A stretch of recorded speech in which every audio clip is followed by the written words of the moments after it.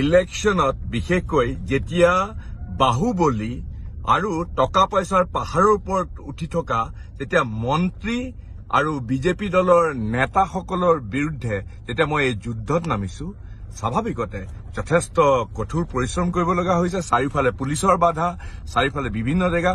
মই যোৱা এমাহ ধৰি পেলাই মাত্ৰ গঢ়ে দিনে চাগে 2 ঘণ্টামান শুইছো।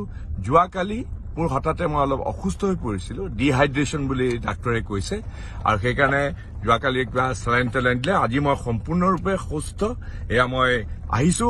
এতিয়া মই আকৌ এই বাহুবলী, এই যিসকলে টকা পইচা, পুলিচ বাহিনী আৰু বিভিন্ন ধৰণৰ প্ৰশাসনিক বিষয়াসকলক ব্যৱহাৰ কৰি যিটো মোৰ বিৰুদ্ধে যিটো তেওঁলোকে নামি পৰিছে, তাৰ বিৰুদ্ধে মই যুদ্ধ কৰিছো। কাৰণ মানুহৰ শক্তিৰ ওপৰত মোৰ অফুৰন্ত আস্থা। মই আকৌ